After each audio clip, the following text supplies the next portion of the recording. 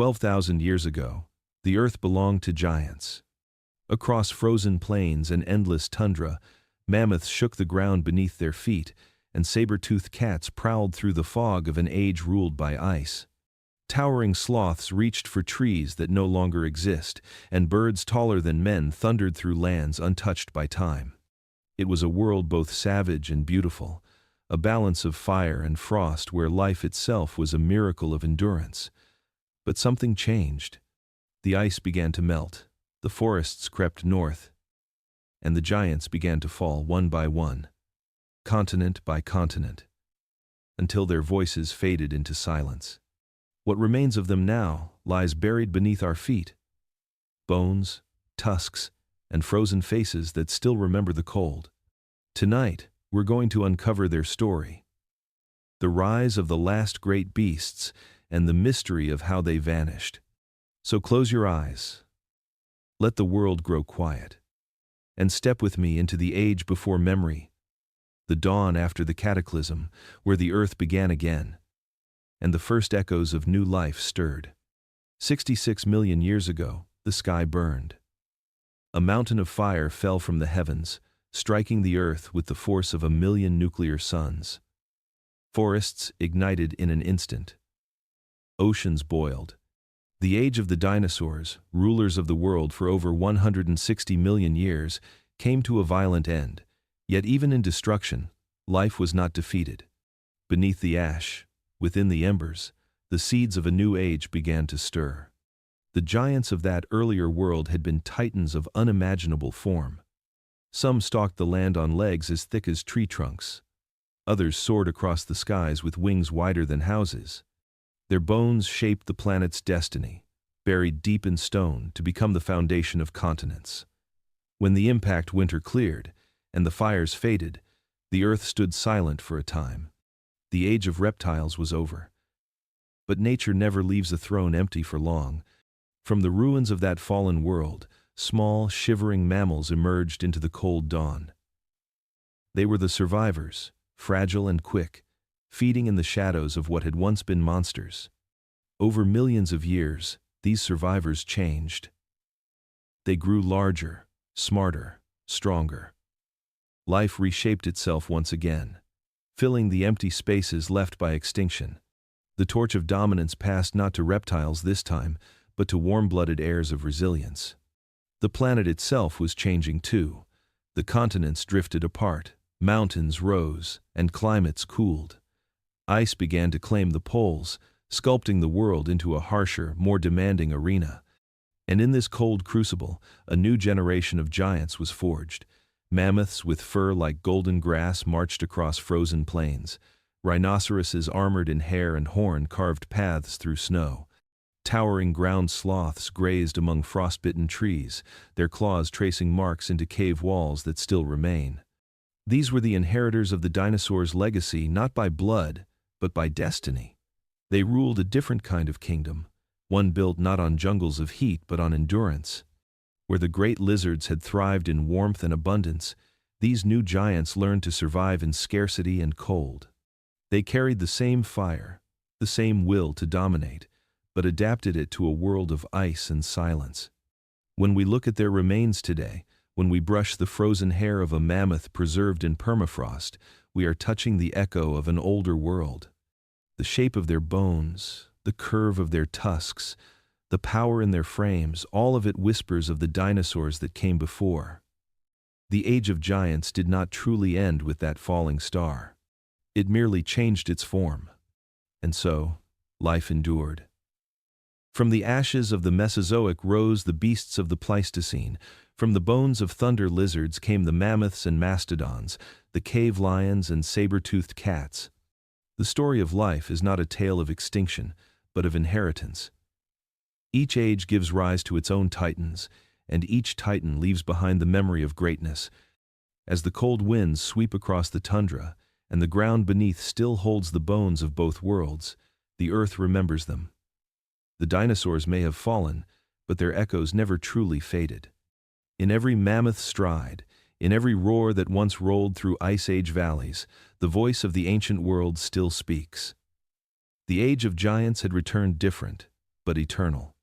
60 million years after the dinosaurs vanished, the world had transformed into something unrecognizable. The lush jungles that once echoed with the calls of raptors and the rumble of sauropods had given way to open plains, frozen steppes, and roaring winds. Mountains of ice stretched like continents of glass, carving deep valleys and pushing oceans back. The earth had grown colder, quieter, yet more alive than ever before. From this silence, a new kind of power rose, a new kingdom of giants. Across the tundras of the north, the woolly mammoth reigned supreme. Their long, golden-brown fur rippled in the wind as they moved together in great herds, the ground trembling beneath their weight. Each step they took pressed history into the soil. Their tusks, enormous and spiraling like ivory crescents, were weapons, tools, and symbols of survival all at once. Beneath their shaggy coats, their hearts beat steady and strong, keeping them warm in temperatures that could kill most life. They were not just survivors of the cold, they were its masters. In the dense forests of North America and Europe, another colossus roamed. The mastodon, broader and heavier than the mammoth, fed on bark, pine, and leaves, using its trunk to strip branches clean. Unlike its steppe-dwelling cousins, the mastodon belonged to the woods, walking through the snow in silence, leaving behind trails that vanished with the spring thaw. These creatures were not merely animals, they were engineers of entire ecosystems. Every tree they broke, every path they opened, shaped the landscape around them. Not far behind came the woolly rhinoceros, armored in thick fur and muscle. It carried a horn like a sword, sweeping aside snow to reach the grass beneath. Even predators thought twice before crossing its path. It had no need for speed. Strength was enough. The cold had carved it into a creature of endurance, its breath steaming in the icy dawn. But the frozen world did not belong to herbivores alone. Shadows moved where the light dared not linger. The saber-toothed cats watched from ridges and valleys, their long fangs glinting like ivory daggers. They were patient, precise hunters. They did not chase, they waited.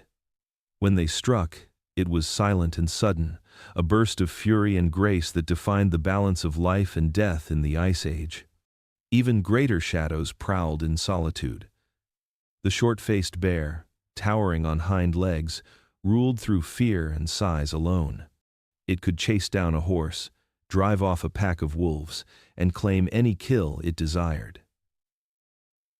Few creatures challenged it, and fewer survived the attempt. It was the dark monarch of this frozen realm. Across every continent, giants walked again. In South America, the ground sloth stood as tall as an elephant, using claws the length of a man's arm to pull trees from the earth. In the grasslands, bison and camels thundered across the horizon in endless migration. The planet, once ruled by reptiles, now belonged to mammals, creatures of warmth and will. This was the new kingdom of giants, a world where survival demanded both power and intelligence. They were the descendants of resilience, shaped by ice, hunger, and time. Each of them carried the memory of the world that came before, written in their bones. The age of thunder lizards had ended, but the age of fur, tusk, and claw had begun. In the quiet between glaciers, beneath the pale glow of the northern sun, the earth held its breath. The giants were home once more. And for a time, it seemed as though they would rule forever. The world was divided between two forces, ice and fire. From the highest peaks of the northern continents to the deep basins of the southern seas, the planet pulsed with both frozen stillness and molten life. Vast glaciers stretched like living continents of glass, their surfaces glittering beneath the pale sunday. They moved with the patience of eternity, grinding mountains into dust, reshaping valleys, and leaving behind scars that would one day become rivers and lakes. The air was sharp and clean, heavy with the breath of snow and silence. Yet beneath this frozen dominion, the earth's heart still burned. Deep in the crust, molten rivers of magma coursed unseen, and when they broke through, they painted the horizon with fire. Volcanoes rose like sleeping gods, their peaks glowing against the cold skies. When they erupted, ash clouds spread for miles, darkening the heavens and setting glaciers alight with the reflection of their flames. It was a planet locked in perfect contradiction, a fragile harmony between destruction and creation, between freezing death and burning renewal. In this strange balance, life found its rhythm. On the tundras where the cold wind never slept, herds of mammoths roamed in slow migration, their thick coats glistening with frost. They followed paths carved by their ancestors, moving toward valleys where volcanic warmth melted the ice just enough for grass to grow. Beneath their feet, the ground steamed faintly, a reminder that the frozen earth still had a pulse. Around these steaming patches of land, entire ecosystems bloomed tiny bursts of green in an endless world of white. The saber-toothed cats prowled along the borders of these fragile oases, their golden fur catching the faint glow of distant lava. They waited in silence, their muscles coiled like springs. When the herds passed too close, they struck with precision, feeding the cycle of life that thrived even in the coldest places. The predators and prey alike depended on the same delicate miracle, the meeting of warmth and cold. Further south, near the edges of the glaciers, volcanoes spilled rivers of black rock into the snow. The ice hissed and shattered as molten stone met frozen water. Out of that violent exchange came new soil, rich and dark, ready to host the first shoots of grass when the short summer returned. It was here that the woolly rhino and the giant elk grazed, finding their place between seasons. Their existence was proof that even in a world of extremes, life could adapt, evolve, and flourish. At night, the sky itself seemed alive. Auroras rippled across the heavens, green and violet curtains dancing in the cold. The beasts below lifted their heads to the glow, their breaths rising as white clouds into the darkness. Each light that flickered across the sky seemed to echo the fires burning deep beneath their frozen world. It was as if the earth itself was breathing slow, ancient, and unending. This balance of opposites defined the age. The glaciers gave structure, the volcanoes gave renewal, and together they shaped a planet unlike any before or since. From this crucible came strength, endurance, and beauty beyond imagination. The mammoths, the rhinos, the bears, and even the smallest vole owed their existence to this eternal struggle between fire and frost. And for a time, it worked. The earth thrived in its contradictions.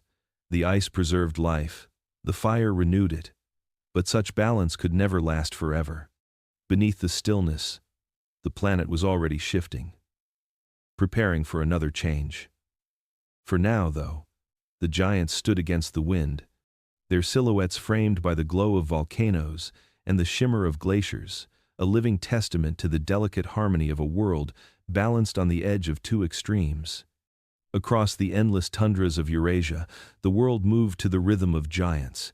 Beneath skies pale as bone and winds that never rested, herds of mammoths drifted like living continents of fur and breath. Their numbers darkened the horizon, hundreds, sometimes thousands, moving in slow procession across the snow. Every footstep broke the frozen crust of the earth, every swing of a tusk carved the land into memory. The ground trembled as they passed, their shadows stretching over ice and time alike. They were more than beasts, they were builders of the land. Where mammoths roamed, the tundra followed. They broke trees, churned the soil, and cleared the plains, keeping the frozen steppe alive and open. Grass thrived in their wake, birds nested in their trails. Even the predators that followed them owed their survival to the paths they made.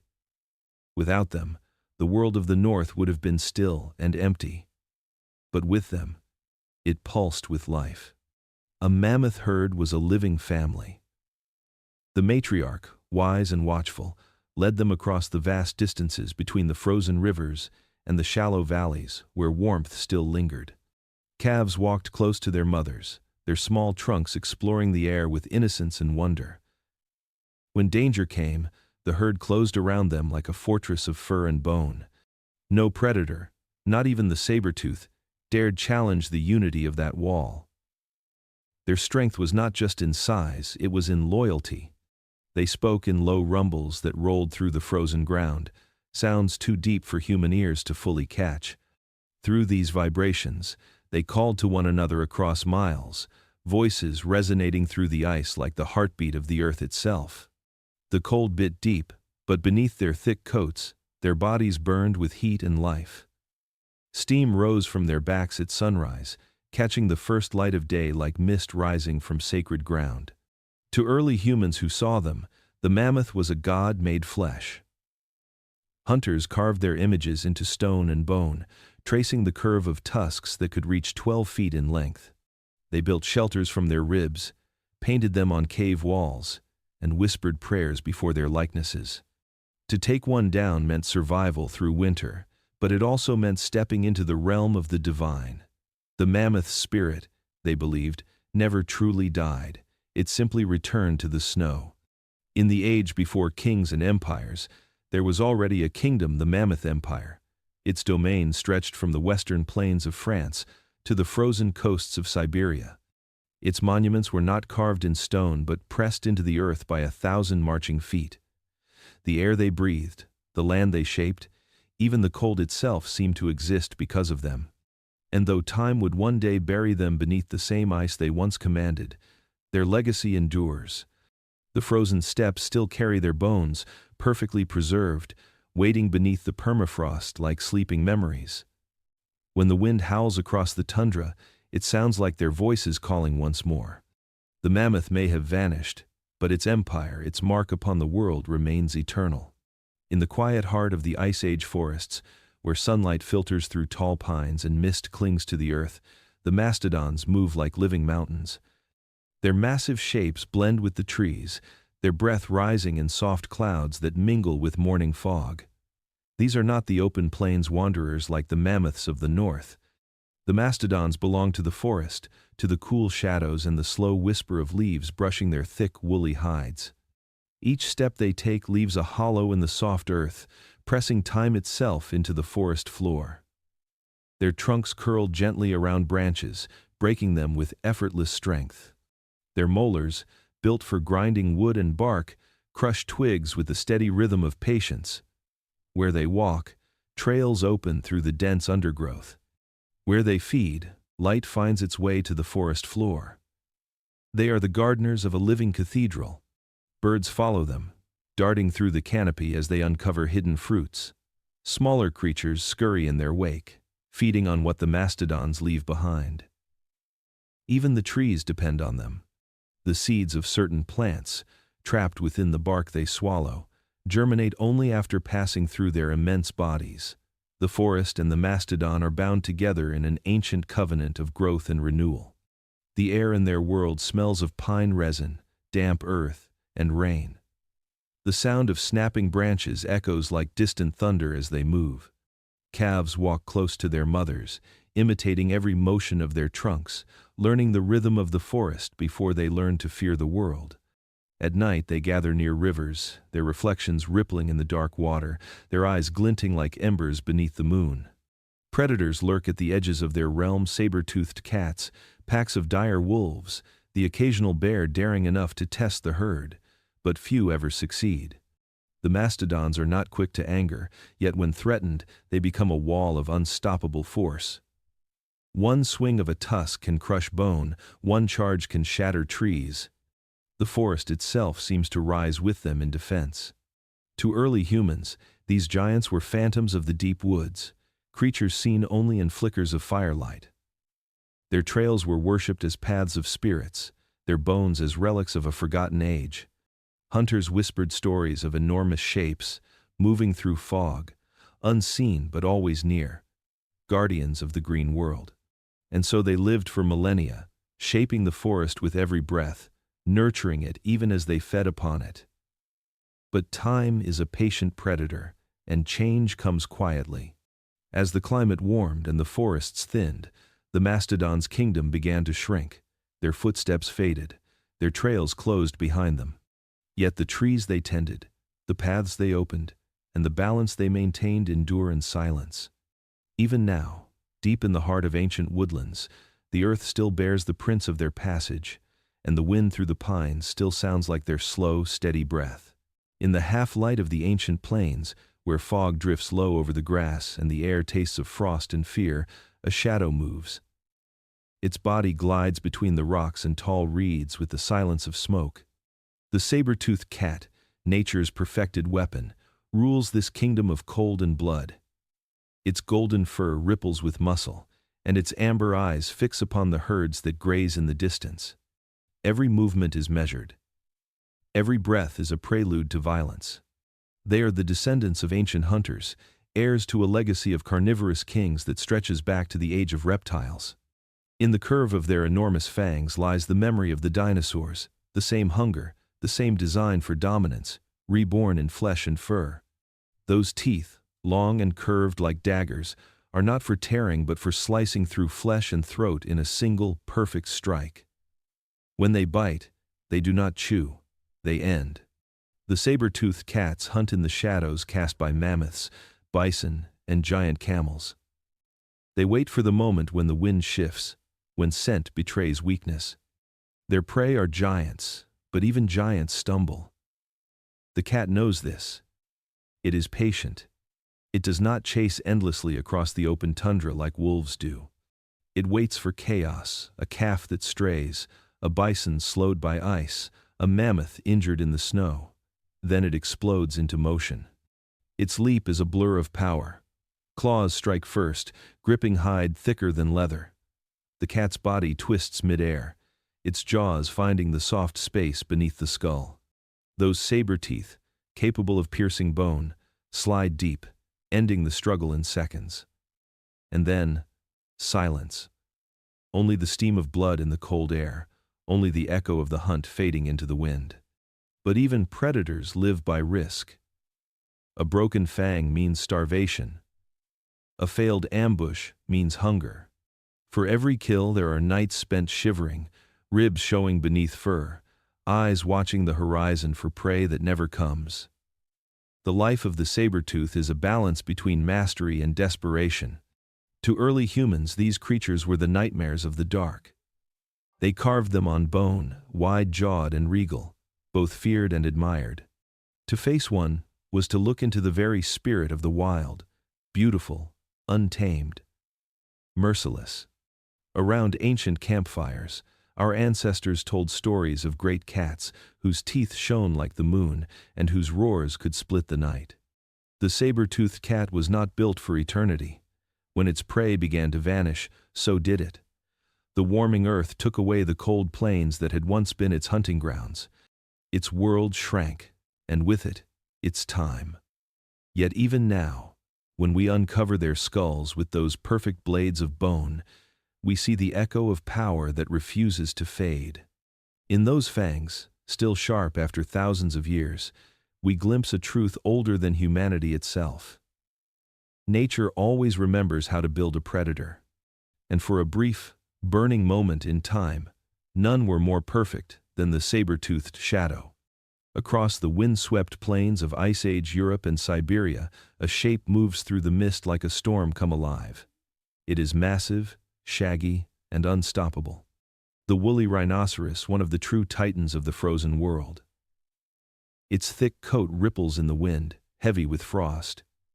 Its horn, long and curved like a scythe, gleams with the dull sheen of worn ivory. When it lowers its head, even mammoths step aside. This is no gentle grazer. It is a living fortress, built for endurance and defiance. The cold has no mercy, yet this creature thrives in it. Beneath its fur lies a dense layer of fat, an armor against the endless winter. Snow gathers on its back as it trudges through the tundra, its nostrils steaming like a blacksmith's forge. Each breath is slow, deliberate, almost meditative. It does not rush, for nothing can outrun the cold. It simply moves forward, one step at a time, cutting a path through the frozen grasslands.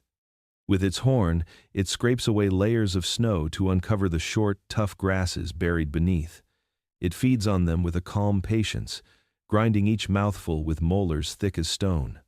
Its horn, sometimes reaching over 3 feet in length, serves many purposes: digging, defending, fighting for mates, and marking the frozen ground with its dominance. It is both weapon and tool, carved by evolution to perfection. To the early humans who watched from the mouths of their caves, the woolly rhinoceros was a creature of both fear and wonder.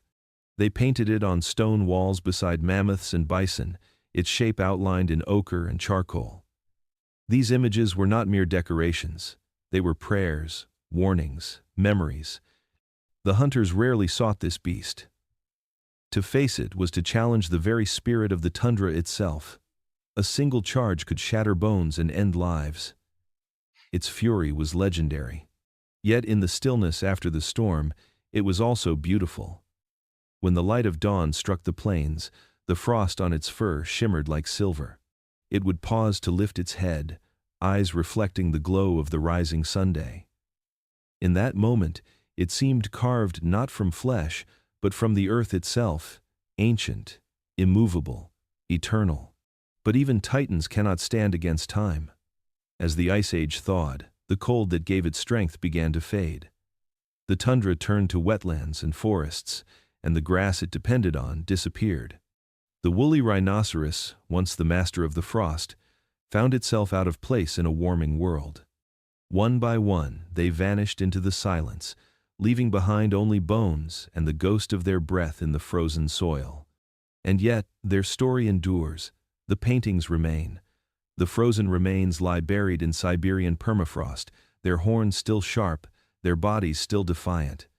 They remind us that even the strongest can fall, and that power alone is never enough to outlast change. In their memory, the world keeps the image of the woolly rhinoceros horn lowered, standing against the storm, one final symbol of strength in a world slipping into warmth. In the ancient jungles and grasslands of South America, where the air was thick with heat and the cries of strange birds echoed through the canopy, there lived a creature that seemed impossible. Its name was Megatherium, the great ground sloth, one of the largest land mammals ever to walk the earth. It was slow, deliberate, and immense, 12 feet tall when standing on its hind legs, with claws as long as daggers and the strength to pull down entire trees. Yet despite its terrifying size, it was a gentle herbivore, a creature that lived not by the hunt, but by patience. Its fur was coarse and dark, clinging to a frame that rivaled an elephant's in weight. When it moved, the ground seemed to sigh beneath it. Each step cracked twigs, pressed stones deep into the soil, and left tracks as wide as a man's chest. It was a living monument to the age of giants, a creature that turned forests into its dining halls. With long, curved claws, it grasped branches and stripped them bare, eating leaves by the mouthful. Its slow rhythm of feeding was the heartbeat of the southern wilds. Despite its size, Megatherium was not a creature of chaos but of balance. As it fed, it opened gaps in the jungle canopy, letting sunlight reach the forest floor. New plants grew where it had eaten. Its dung, vast and nutrient-rich, spread seeds far and wide, ensuring the forest renewed itself. Every movement it made shaped the land around it, making it one of nature's quiet architects. When danger came, it did not flee. It rose. On its hind legs, it towered above predators like the saber-toothed cat and the giant bear. It would swing its massive forearms with the force to shatter bone. Even armored creatures like glyptodons kept their distance. Its claws were meant for trees, but in battle, they became weapons of pure survival. To the first humans who wandered into these lands, the great sloth must have seemed like a creature from legend. They carved its likeness on stone and whispered stories of monsters that moved as slowly as mountains but could kill with a single blow. Some believed it carried the spirit of the earth itself, a guardian of the forests. Yet time has no mercy for the giants. As the Ice Age drew to a close, the forests began to change. The air grew warmer, drier, and the plants it fed upon vanished. Then came humans with fire and spears, and the gentle titans that had ruled for millennia could not adapt fast enough. Within a few thousand years, the last of the ground sloths disappeared into history. Today, only fossils remain, bones so large they were once mistaken for dragons. In caves along the Andes and plains of Argentina, their skeletons still rest, their claws poised as if ready to rise again. When we see them, we glimpse a time when giants walked with grace, when power moved slowly, and peace ruled the earth. The great ground sloth may be gone, but in the soil it shaped, and the forests it once tended, its touch remains eternal. In the warm grasslands of ancient South America, beneath skies thick with dust and sunlight, there moved a creature that looked like it had crawled straight out of prehistory. The Glyptodon, a distant cousin of the armadillo, was a living fortress. It stood as tall as a man and weighed as much as a car. Its back was a perfect dome of bone, a shell made of hundreds of interlocking plates fused together by time and patience. Nothing about it was fragile. Every inch of its body was built to endure. When it walked, the earth seemed to feel its weight. The sound of its armored plates brushing against one another was like the grind of stone on stone. It fed calmly on low plants, using its heavy jaw to crush tough vegetation, grinding leaves and roots into pulp with teeth shaped more for strength than sharpness. Its tail, thick and muscular, ended in a club of solid bone, a weapon it could swing with the force to break the leg of a predator or another Glyptodon. Evolution had turned it into perfection through simplicity. While other creatures grew taller or faster to survive, the Glyptodon chose to endure. Its armor, patterned like ancient tiles, reflected the sunlight in bronze hues. It was more than protection, it was identity. Each pattern was unique, like a fingerprint. Predators like the saber-toothed cats or the short-faced bears learned caution. A single misjudged strike against that shell could mean shattered teeth or broken jaws. To attack a Glyptodon was to test one's luck against stone itself. But even the strongest walls have a weakness. Beneath its shell, the creature's underbelly was soft and exposed. The cleverest hunters, jaguars, humans, even desperate wolves learned this secret. Some waited until the giant rolled in mud or crossed rivers. Others used fire and spears to corner it, striking at the vulnerable places that nature had left unguarded. Its strength had bought it millions of years, but it could not defend against intelligence.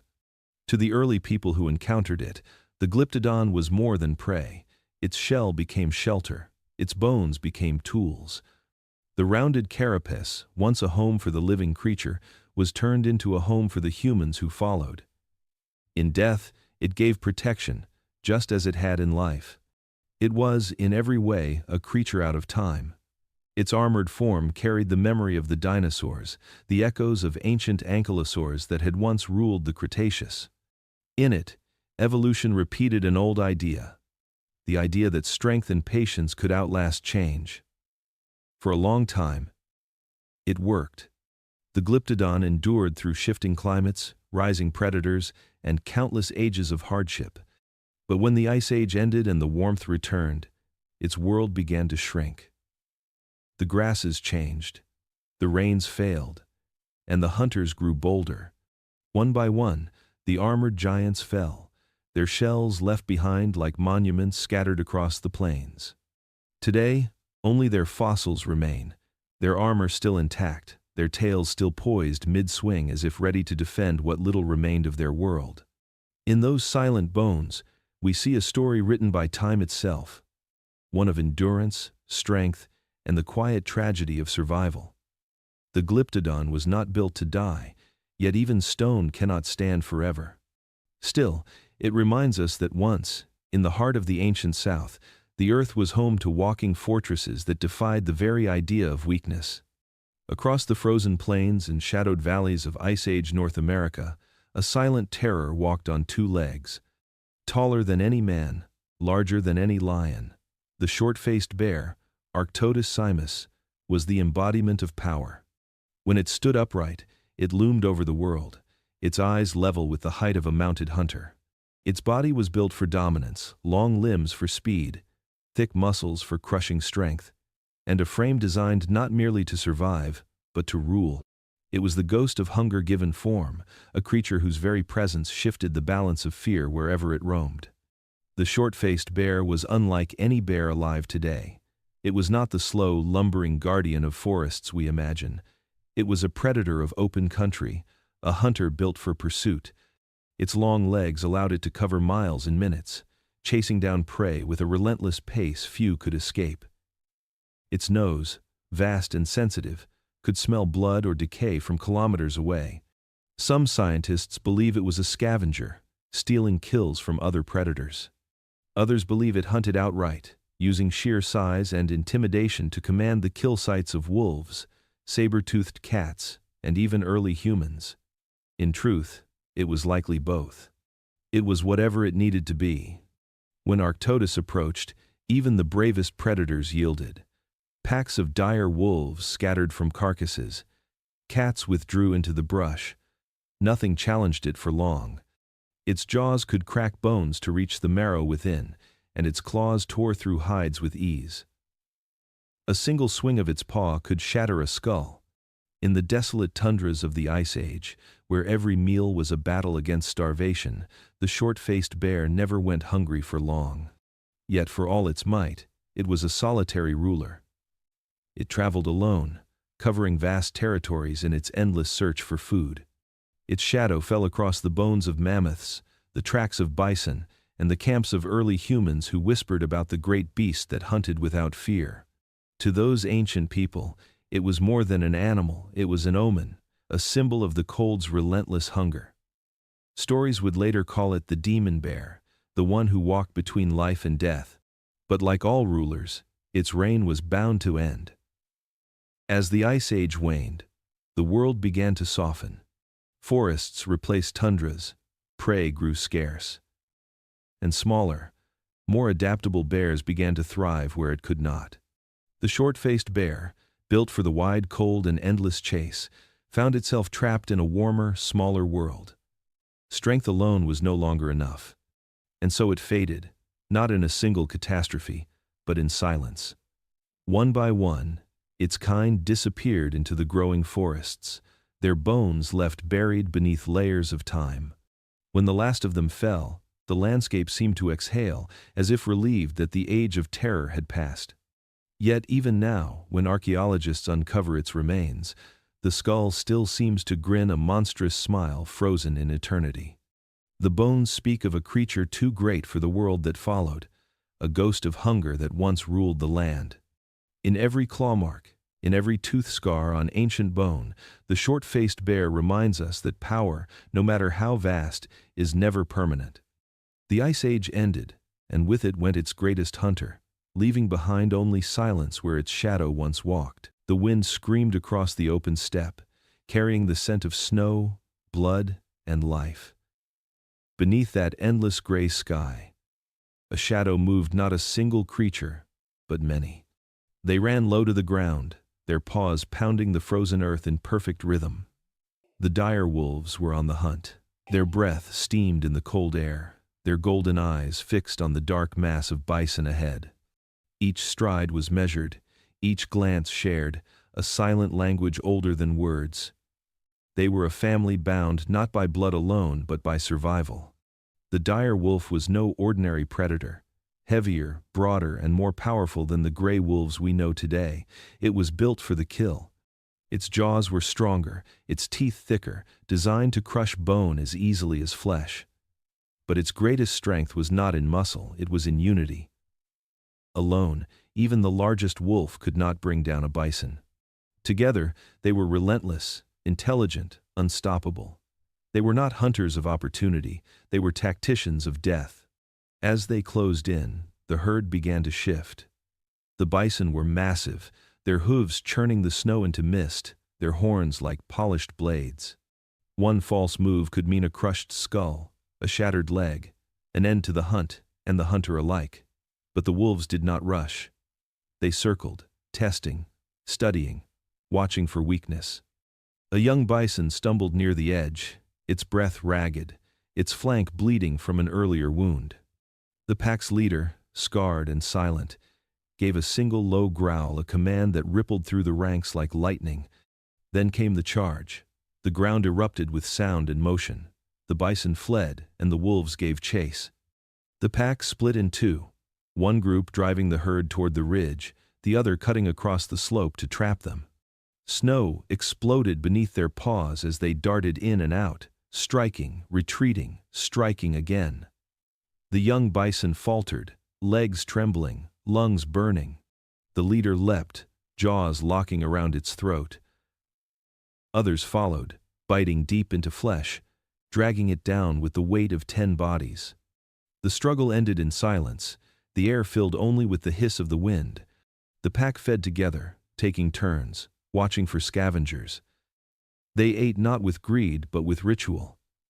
The smallest were fed first. The leader watched last, eyes scanning the horizon. They had won their meal, but in this frozen world, victory never lasted long. Hunger always returned, and every hunt demanded a price. For thousands of years, the dire wolves ruled these plains. Their footprints followed the migrations of mammoths, horses, and bison. Their bones, scattered across the continent, tell a story of endurance and loyalty. In places like the La Brea tar pits, their fate is written in black stone. Caught in sticky death alongside their prey, they died as they lived together.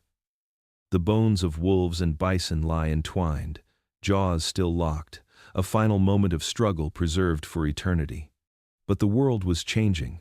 The ice began to retreat, and the herds they depended on vanished. The gray wolf, smaller and swifter, adapted to the new forests that replaced the plains. The dire wolf could not. Built for power, it was betrayed by its own design. Slowly, the packs grew smaller, the howls fewer. One by one, their territories fell silent. Still, their legend lingers. In myths, they became guardians of the underworld, companions of spirits, symbols of loyalty and death. To early humans, their howls in the night were both warning and comfort, an echo of something wild and eternal. When the last dire wolf took its final breath, the Ice Age itself seemed to end with it. And yet, if you stand beneath the open sky on a winter night, when the wind cuts across the plains and the stars glimmer like shards of bone, you can almost hear them. The chorus of voices rising in unison, the sound of the pack calling to one another across time.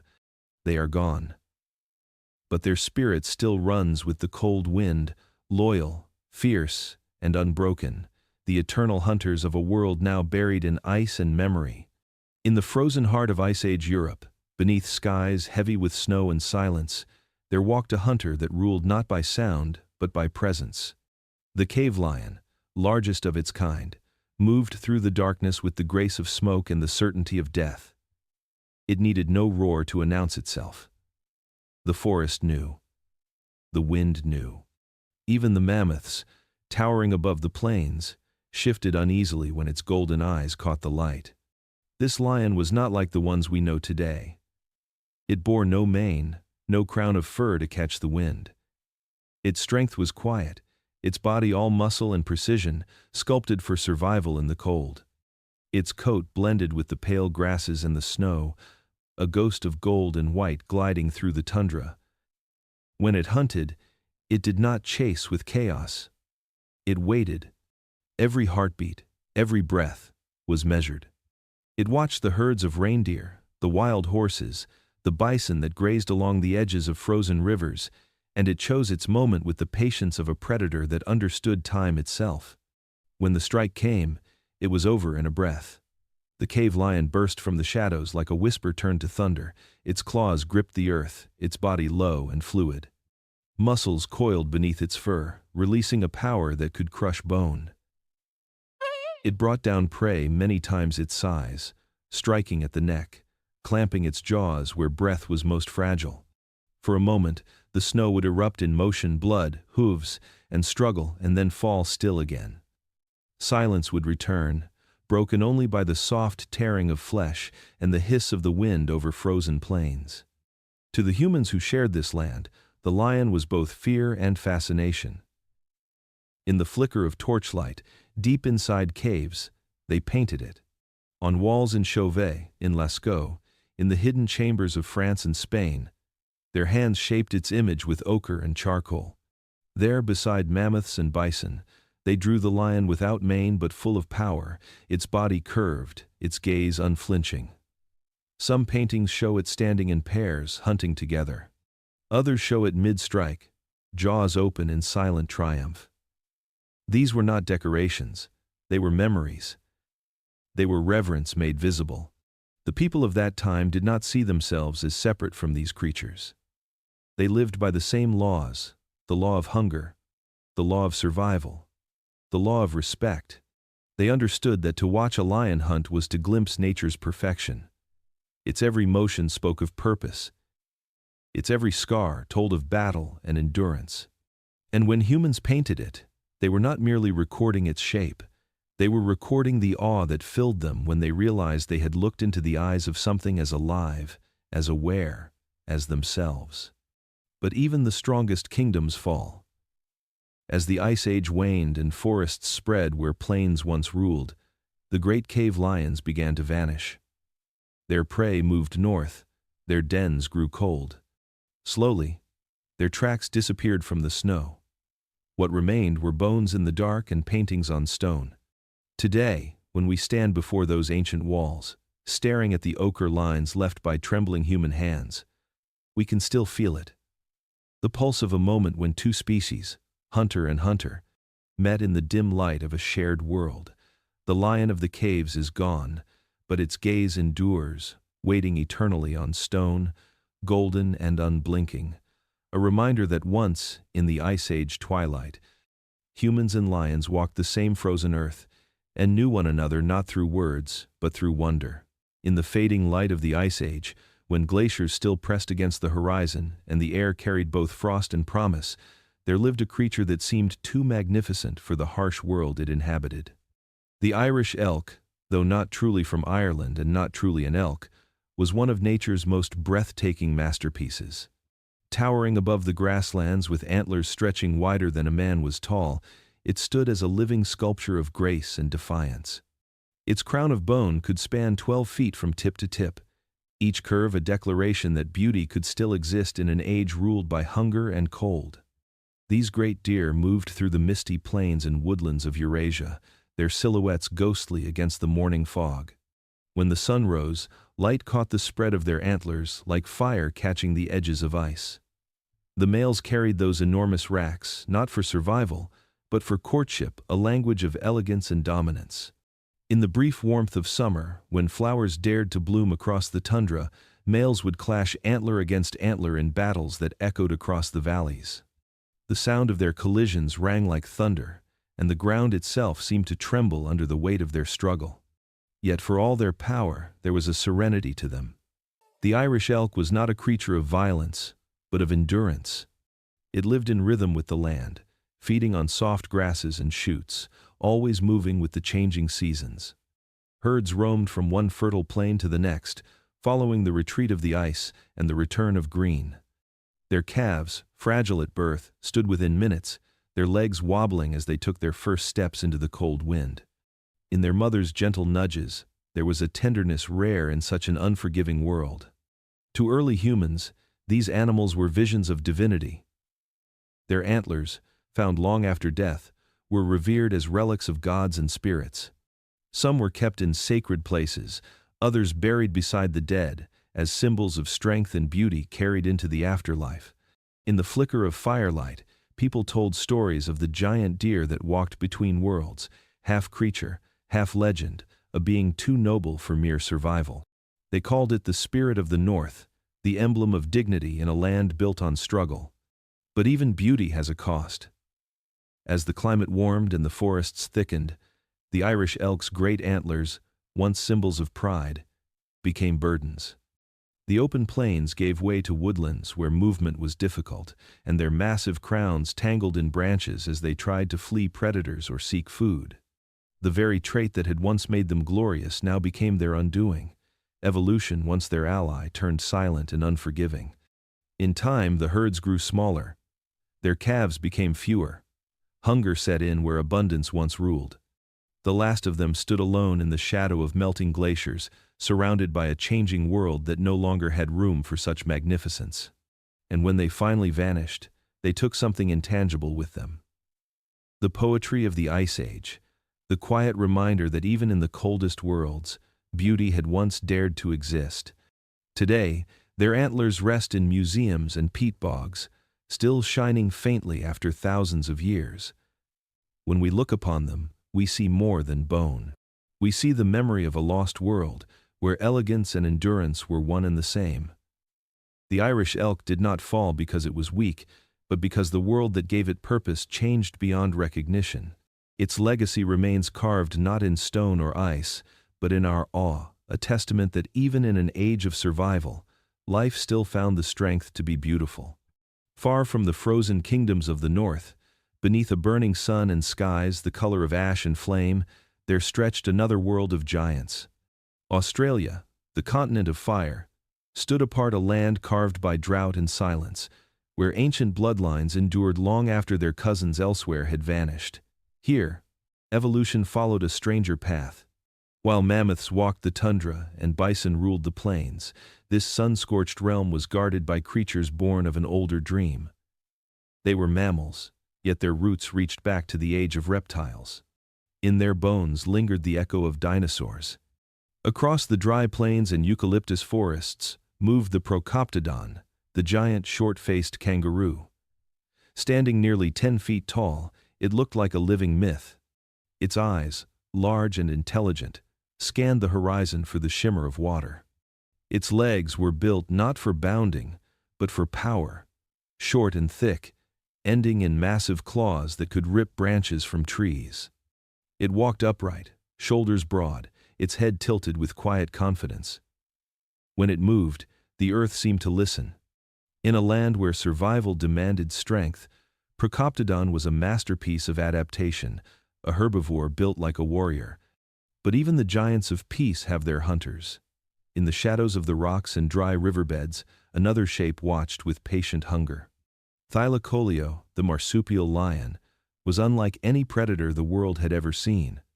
With a body smaller than a lion's but stronger for its size, it carried jaws that could bite through bone and claws that could tear flesh from limb. Its tail balanced its leaps, its muscles rippled beneath its striped fur, and its eyes burned with intelligence.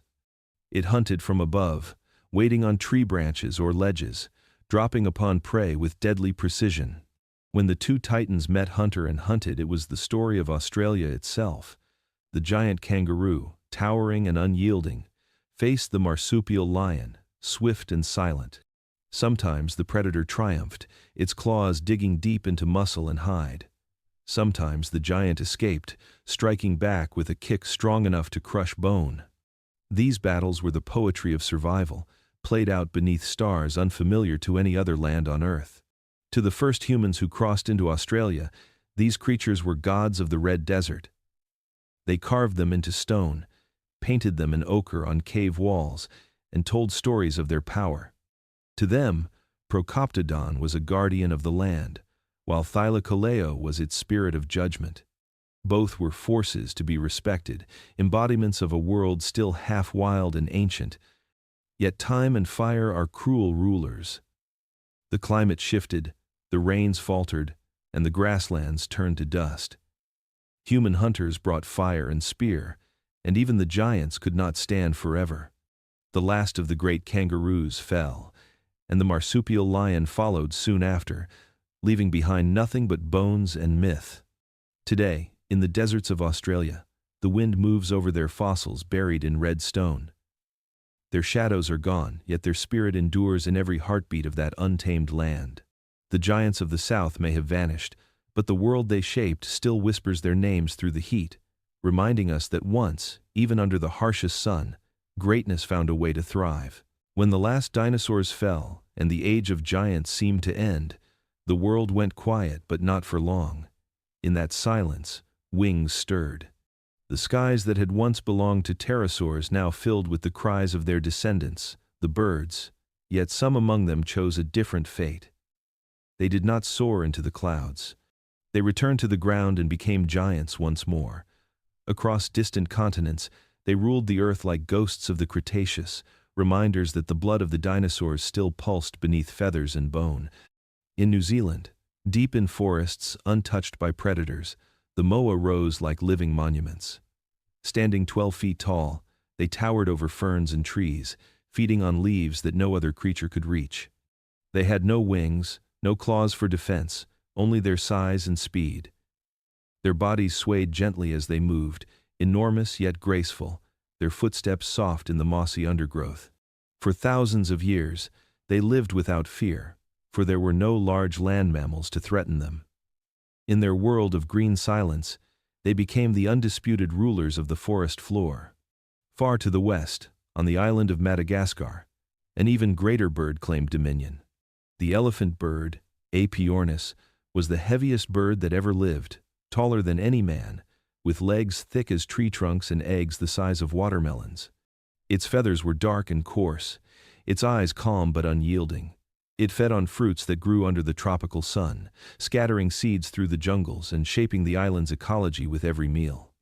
To those who would later discover its massive eggs buried in sand, it seemed a creature of myth, proof that somewhere, the age of the dinosaurs had never truly ended.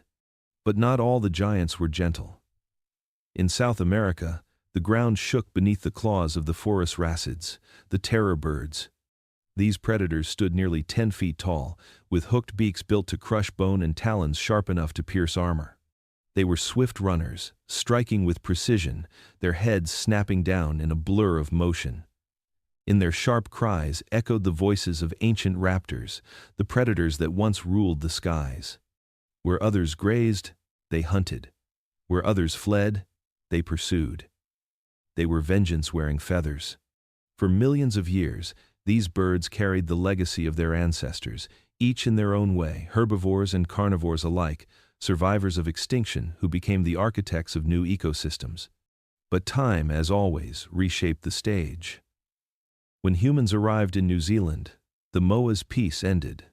Spears pierced the giants, fires consumed the forests, and within a few centuries, the land grew silent again. The elephant bird met a similar fate, its eggs taken, its forests burned. Even the terror birds vanished as new predators rose, their reign fading into the dust of history. Yet their story endures in every feather, every fossil, every whisper of wind that moves across empty plains. The birds that remembered the sky remind us that life never forgets its origins.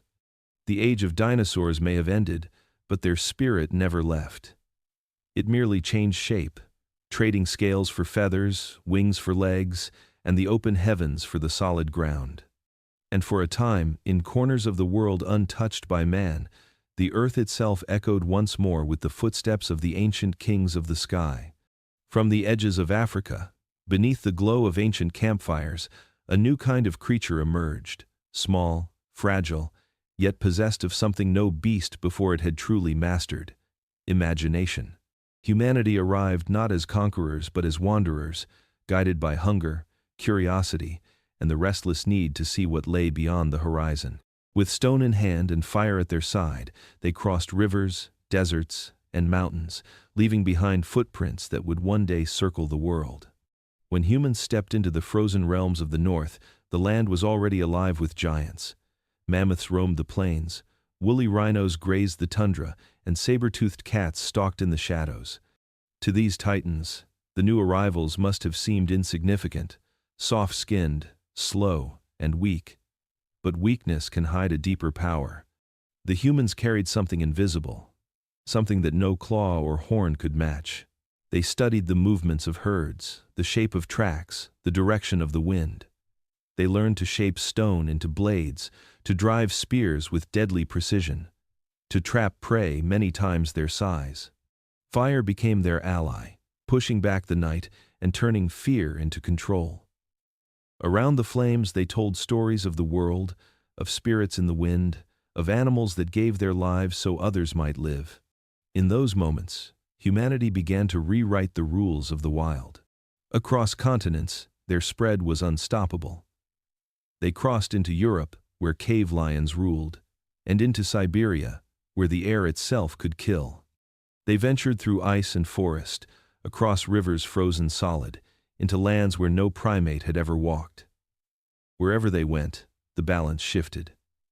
They did not mean to conquer. They simply adapted. But adaptation, in the hands of intelligence, became transformation. The great beasts watched their world change around them. Fire spread through the grasslands, reshaping the earth into human terms. Mammoth bones became shelters. Skins became clothing. Stone points found the hearts of giants. Yet humans also honored what they killed. They painted mammoths and bison on cave walls, not as trophies, but as sacred symbols. In their eyes, these creatures were gods of flesh and bone, teachers of endurance and strength. Each encounter was a test. Sometimes the humans lost, trampled, torn, or frozen, but when they learned, they never forgot. They remembered the shape of the mammoth's trail, the cry of the dire wolf in the night, the rhythm of the herd's migration. With every victory and every death, their understanding deepened, and their reach extended further. By the time the ice began to retreat, humans had set foot on every habitable continent. The age of giants was fading, and the age of minds had begun. They were no longer just another species, they were a force of nature. Their arrival marked not the end of the Ice Age, but the beginning of something new, a world shaped not by the strength of bodies, but by the strength of ideas. In the flicker of firelight, a hand pressed against a cave wall, leaving behind the outline of a palm. It was both a memory and a declaration. We are here. From that moment onward, the story of the world would never again belong solely to the giants. It would belong to the small, clever primate who carried both wonder and destruction in its grasp. The world was melting. After hundreds of thousands of years locked beneath a shroud of ice, the great glaciers that had shaped continents began to weep. Streams trickled from their edges, carving silver paths through the tundra. What was once solid, eternal, and still now moved with a slow and unstoppable grace. The Ice Age was dying, and the earth was awakening into something new. Across the northern plains, the air grew softer. The wind that once carried knives of frost now carried the scent of damp soil and sprouting grass. Forests crept northward, their roots breaking through permafrost, their branches spreading where once only snow had reigned. Rivers swelled with glacial melt, flooding the lowlands, turning ancient hunting grounds into swamps and lakes. The old world of cold and silence was vanishing, replaced by a world of sound and green. But for the great beasts of the Ice Age, this rebirth was a slow disaster. The mammoths, with their thick fur and immense bodies built for endurance against the cold, found themselves suffocating in the warmth. Their tundras turned to forests, their feeding grounds drowned in new rivers. The grasslands that once fed millions became tangled with trees, their sharp edges of survival dulled by change. The mammoths wandered farther each year, searching for the endless plains that no longer existed. Their young died in the heat, their herds grew smaller, their voices fainter. The woolly rhinos, once kings of the frost, struggled as the snowline retreated toward the poles. Their heavy coats became burdens, their powerful horns useless in the dense forests that replaced the open plains. The saber-toothed cats, masters of ambush on frozen ground, lost their advantage in the new terrain. Prey became scarce, and the predators began to turn on one another. Even the dire wolves, those loyal hunters of the herds, found themselves chasing ghosts across a world that no longer fit them. To humans, the change was opportunity. The warming climate brought abundance, rivers full of fish, forests rich with fruit, and lands where crops could take root. But for the giants who had ruled before, it was the end of an empire. They had survived fire, ice, and hunger, but they could not survive transformation. The earth no longer belonged to them. It belonged to the adaptable, the clever, the restless. And so the balance shifted once more. Where once mammoths had thundered, deer now grazed. Where once dire wolves hunted, foxes crept silently through the brush. The mighty roars of predators were replaced by the chatter of birds returning to newly warmed skies.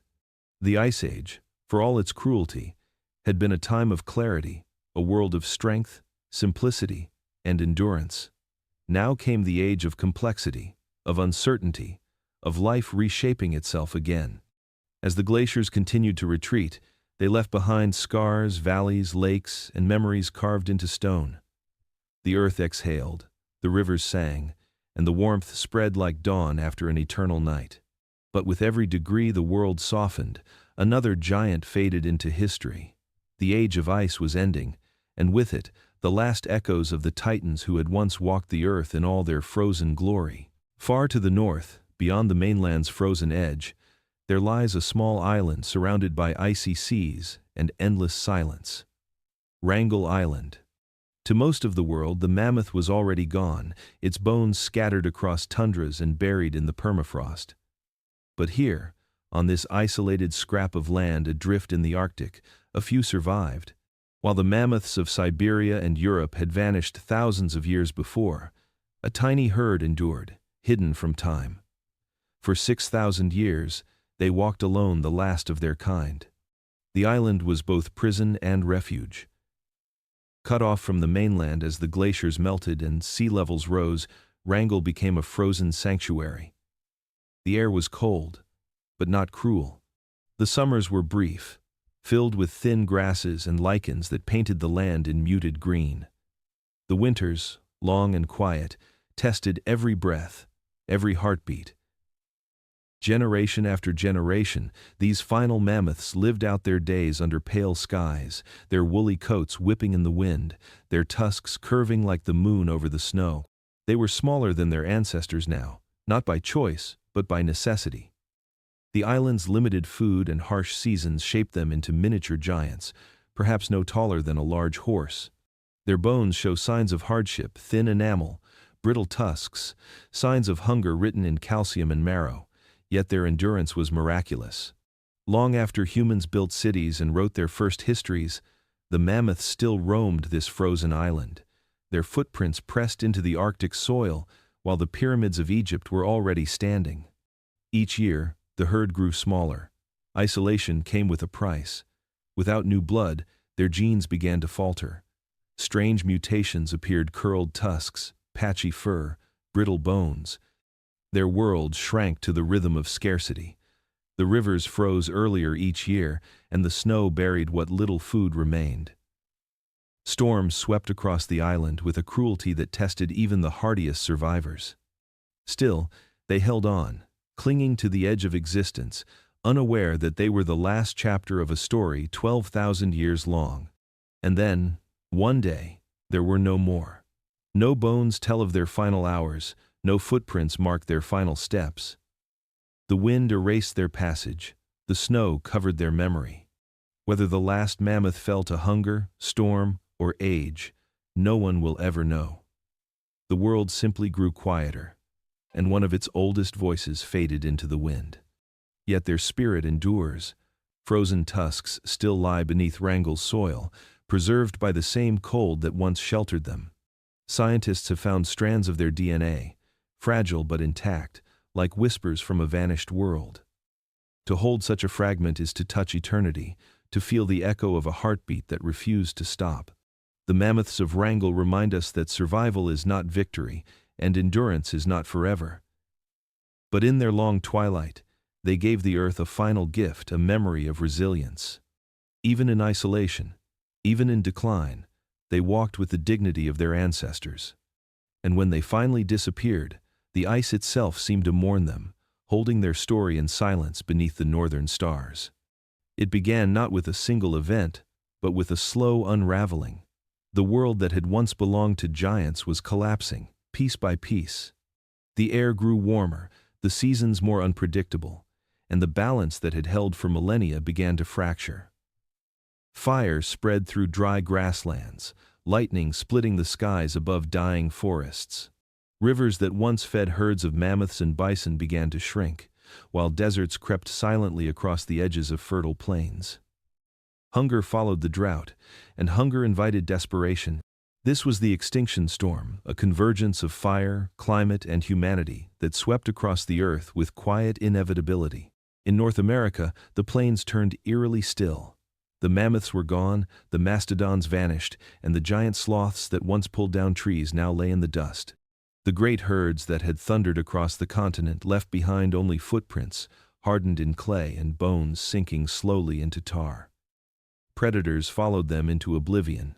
The dire wolves, short-faced bears, and saber-toothed cats, once lords of their domain, found themselves starving, their prey reduced to whispers on the wind.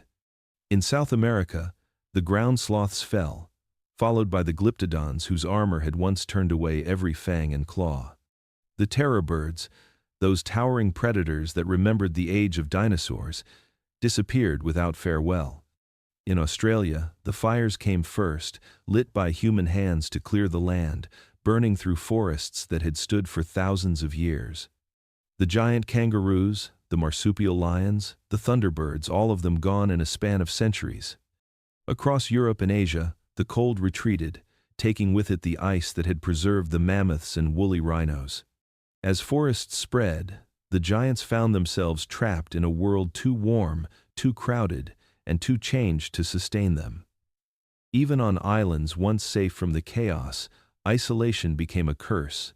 The last mammoths of Wrangell, the final echoes of a frozen empire, vanished into silence. And in the heart of Africa, where humanity had first learned to stand upright, the story was no different. Elephants, hippos, and great antelopes endured, but their cousins across the world did not. The creatures that had once defined the earth's power were gone, leaving only bones scattered across continents, silent monuments to what was lost. For a long time, the cause of this great dying was debated. Was it the warming earth, the spread of fire, or the arrival of humankind? The truth was all of them. The climate shifted, the ice melted, and into this fragile balance stepped a species clever enough to hunt everything it saw. Fire became a tool. Spears became law. What nature had created over millions of years disappeared in the blink of an evolutionary eye. Yet the bones remain. Beneath tar pits, beneath tundras, beneath desert sands, the giants still sleep. Their stories written in ivory and stone. Every fossil uncovered, every tooth polished by time, is a fragment of a vanished kingdom. The extinction storm ended long ago, but its echoes still linger in the earth itself, in the emptiness of the plains, in the silence of the forests. We can still feel it, the absence of thunder where the giants once walked, and the quiet reminder that even power must bow to change. Beneath the frozen crust of the earth lies a graveyard older than civilization itself. Locked in the permafrost, sealed in silence for tens of thousands of years, the giants of the Ice Age sleep. Their bodies are not dust or fossils but flesh and memory, perfectly preserved by the eternal cold. When the ice melts, the past awakens. The ground gives up its secrets, mammoths with eyes still open, sloths with grass still between their teeth, saber-toothed cats frozen mid-snarl. It is death, yes, but it is also testimony. A message from the age of titans to the world that replaced them. In Siberia, the frozen winds sweep across endless tundra, exposing bones and tusks that glint in the pale sunlight. Hunters and scientists alike have found entire mammoths encased in ice, their fur golden, their skin still intact, their last meal preserved in their stomachs. Some are so complete that even the wrinkles on their trunks remain visible. They lie as if asleep, as if waiting for the world to grow cold again. When their bodies are cut open, the smell of ancient earth and grass fills the air, a scent from a time when humans were still learning fire. Each discovery feels like opening a time capsule carved by nature. A woolly rhino with its horns still curved toward the sky. A bison whose heart and lungs remain whole. Even the saber-tooth, its fangs gleaming white, still bears the power to inspire awe. Every frozen carcass tells a story of a life ended suddenly, a flash of ice, a storm, a fall through thin ground into cold mud where time itself stopped. The ice, merciless in life, became merciful in death.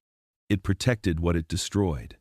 For scientists, these remains are not just relics, they are voices from a lost world. Inside their cells lies DNA, the code of survival and extinction intertwined. The mammoth's blood still holds traces of oxygen, its hair still reveals the minerals of ancient diets. Through these frozen fragments, we can see the precise moment where nature shifted and humanity began its long ascent. The bones beneath the ice are more than bones, they are mirrors. They show us who we were and what we have inherited. Yet there is something haunting about these discoveries. As the modern world warms and the ice recedes, the earth exhales what it has kept hidden for millennia. The thawing permafrost reveals not only beauty, but warning. These bodies emerge as the last breath of a colder age, a reminder that even the greatest empires of nature can vanish. Each mammoth, each sloth, each predator caught mid-motion whispers the same truth: nothing endures forever. And still, their message is not despair, it is remembrance. The ice did not bury them to erase them, it buried them to preserve their story for us to find. When we look into the face of a frozen mammoth, we are not simply staring into death, we are looking into a moment that refused to disappear. Beneath the ice, time still holds its breath, waiting for us to listen to what the past has been trying to tell us since the day the world began to thaw. The age of giants has passed, but their shadows still walk among us. Every time an elephant trumpets across the African plain, every time a bison stamps its hooves on the prairie, every time a rhino grazes in the dust, the echoes of the Ice Age stir once more. These creatures are the living heirs of a lost empire, survivors carrying the memory of titans in their bones. Though the mammoths and mastodons are gone, their lineage remains written in the DNA of those who endure. The world has changed, but its heart still beats with ancient rhythm. The elephants are perhaps the truest inheritors of that vanished world. Watch them move, and you can almost see the mammoths again, the same slow majesty, the same deep intelligence, the same unspoken sorrow in their eyes. In the curl of their tusks lies the story of an age when size was safety and endurance was law. Their migrations trace forgotten routes carved by their Ice Age cousins, paths that once led to frozen rivers and endless tundra. They remember in ways we cannot measure. Within their genomes sleep the blueprints of mammoth fur, of cold resistance, of survival beneath ice and wind. When they gather their dead and touch the bones with their trunks, it is as if they are mourning not only their own kind, but the entire lost world that shaped them. The rhino, too, carries this inheritance. Thick-skinned and solitary, it is the echo of the woolly rhinoceros that once roamed across Siberia's snows. Its horn, once a tool of defense and now a symbol of tragedy, connects it directly to those shaggy titans who scraped frost from the ground to reach the buried grass. Every step the rhino takes reverberates through time, a reminder that power alone cannot ensure survival. Its modern existence is fragile, bound by human mercy rather than the balance of nature that once protected it. And then there is the bison, its heavy head lowered against the wind, shoulders rippling with muscle. The bison we see today is but a shadow of the monster herds that once covered 2 continents. Yet in its defiance, in its stampede, there is still something of the prehistoric. Its ancestors ran with mammoths and fought beside dire wolves. Now it runs from fences and bullets, but the thunder of its hooves still sounds like the heartbeat of the Ice Age, refusing to fade. Even in the smallest creatures, the inheritance remains. The musk ox, the caribou, the snow leopard all carry faint traces of those who came before. Their fur, their instincts, their resilience are living fossils, adaptations forged in an age when the world demanded greatness from all who wished to live. Though smaller now, humbler perhaps, they are the last chords of a song that began with mammoths and ended with mankind. Yet perhaps the truest inheritance is not in them, but in us. Humans who once walked among the giants now walk in their absence. Our myths remember them, the mammoth in our cave paintings, the dragon in our legends, the thunder beasts in our dreams. Even after their extinction, we could not let them go. Their size, their mystery, their endurance became symbols of something we still crave, the grandeur of nature unshaped by human hands. The earth remembers too. The plains where mammoths grazed still bloom with the grasses their hooves once nurtured. The tundra still holds their bones, and the winds that sweep across it whisper through hollow tusks like the soft voice of time itself. The world has not forgotten its giants. It simply carries them in quieter ways now, in genes, in stories, in the silence of landscapes that once trembled beneath their weight. We live in the inheritance of giants, walking the same earth that once belonged to them. Every creature that still endures is a living tribute to their strength. Every extinction we cause is a betrayal of that ancient bond. The mammoths may be gone, but their presence lingers, like breath on cold air, faint, enduring, and eternal. The earth still mourns, but it also remembers, and in that remembrance, the spirit of the giants endures. In laboratories chilled with artificial cold, beneath the hum of fluorescent lights, a strange echo of prehistory stirs once more. Not in the tundras of Siberia, not in the permafrost of Wrangel Island, but in petri dishes and computer screens. Here, scientists whisper of rebirth. They study fragments of frozen bone, strands of hair pulled from ice, and in those fragile spirals of DNA they find possibility. The mammoth, gone for thousands of years, is no longer just a memory. It has become a question. Should we bring them back? The dream of return begins with a single cell. Deep inside that cell, within a double helix preserved by frost, lies the code of an age-long dead. Piece by piece, geneticists have mapped it, reading the instructions written by evolution itself. They compare it to the DNA of modern elephants, those gentle giants who still walk the savannas and remember the mammoths in their blood. Where time erased, technology fills in the blanks. Bit by bit, the past is rewritten. Mammoth genes for thick fur, subcutaneous fat, and oxygen-efficient blood are stitched into elephant cells, creating something both ancient and new. A hybrid born not from nature's slow patience, but from human ambition. To some, it is hope made tangible. The mammoth could walk the tundra again, herds once more shaping the Arctic winds. Scientists envision vast rewilded plains where resurrected giants restore lost ecosystems, where their trampling feet keep the permafrost frozen, where their grazing slows the march of climate change. In that vision, the world heals by remembering itself. Humanity becomes not just destroyer, but restorer. The Ice Age breathes again. But there is another side to this dream, a darker reflection. What place does a mammoth have in a world of steel and noise? The tundras they once roamed are melting, the grasses that fed them are gone. The predators that shaped them are extinct. To bring them back is to summon a ghost into a landscape that no longer recognizes it. Can life, torn from the deep past, truly belong in the modern age? Or are we creating something else entirely, an imitation of wonder built for our own nostalgia? Even if success comes, even if a calf takes its first trembling breath, it will not be a mammoth reborn but a hybrid orphan. It will wake to artificial light instead of dawn, surrounded not by its kind but by the curious, the cameras, and the calculations of science. It will carry the soul of the Ice Age in a world that has forgotten the meaning of cold. The miracle of its creation will be matched only by the tragedy of its loneliness. And yet, perhaps this is what humanity does best, dreams too big for its time, dares to reach into forbidden realms, and in doing so learns both awe and humility. De-extinction is not just about reviving creatures, it is about confronting ourselves. It forces us to ask what it truly means to be caretakers of the earth. Are we restoring balance, or repeating our oldest mistake trying to control what should remain wild?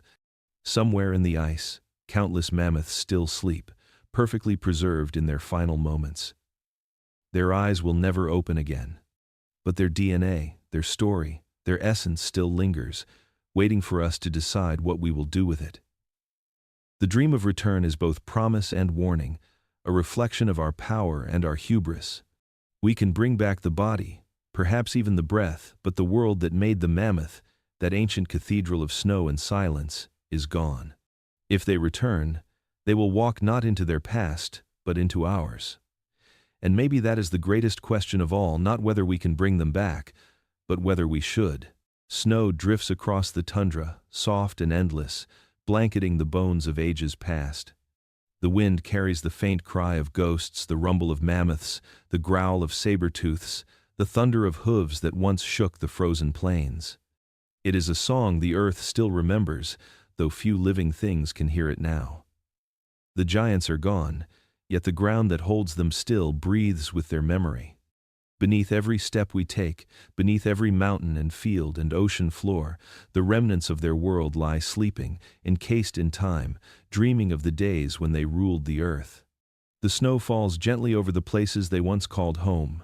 the Siberian plains where mammoths marched in endless herds, the American valleys where dire wolves sang beneath the moon, the Australian deserts where giant kangaroos cast shadows against the dawn. Their bones rest together in the same silence that claimed the dinosaurs before them. One by one, the eras of life have folded into the soil, each generation of giants becoming the foundation of the next. The earth does not forget. It remembers in layers. Every fossil, every grain of dust, every mountain carved by glaciers carries their handwriting. Close your eyes, and the world begins to move again. You can almost see it, the mammoth herds pushing through the snow, the saber-tooth watching from the ridge, the great elk lowering its crown of antlers beneath a pale Sunday. Farther back still, the land burns with green and gold, and dinosaurs stride across steaming swamps, their shadows stretching through mist and thunder. The ground trembles, the air vibrates, and the earth lives in ways it no longer can. It is not imagination.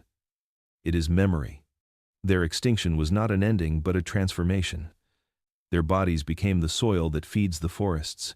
Their breath became the wind that shapes the dunes. Their bones the limestone that builds the cliffs.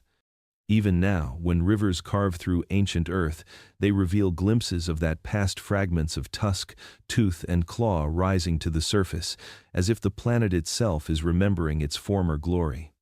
The world turns slowly, but it never forgets its children. We are part of that story too.